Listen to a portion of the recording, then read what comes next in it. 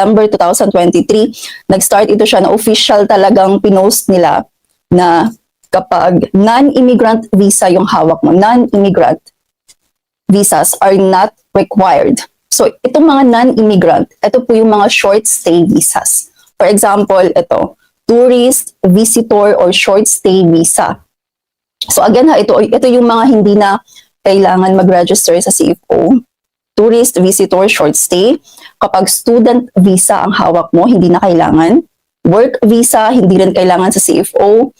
Digital nomad visa, dependent visa, temporary residence permit, visa for Canada bound, open work permit, visa for Canada bound. So ito po yung mga hindi na kailangan mag-register sa CFO.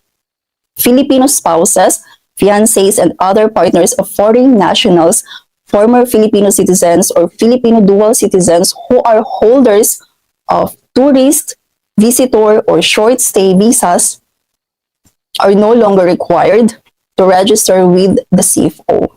So kahit na meron kayong foreign national partner, fiancé, or asawa na foreign national, pero yung hawak nyo ay tourist or visit or short stay visa, hindi nyo rin kailangan mag-register sa CFO.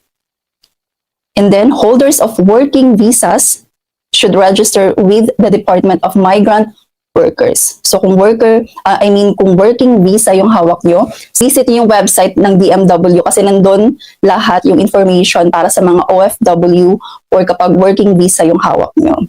Only those with the following visas categories are required to register with the CFO. So, eto yung mga visa na kailangan po mag-register sa CFO. Permanent residence, kung meron po kayong permanent residence permit, immigrant visa, long-term visa. So, ano ba itong mga long-term visa?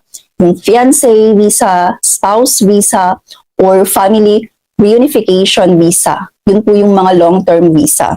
So ito na nga, spouse, fiancé, or partner visas with direct pathways to permanent residence. So yun na yung parang step nyo na para doon na manirahan sa ibang bansa. So kailangan nyo mag-register sa CFO.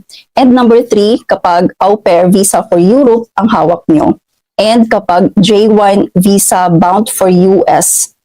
So kailangan nyo din mag-register sa CFO.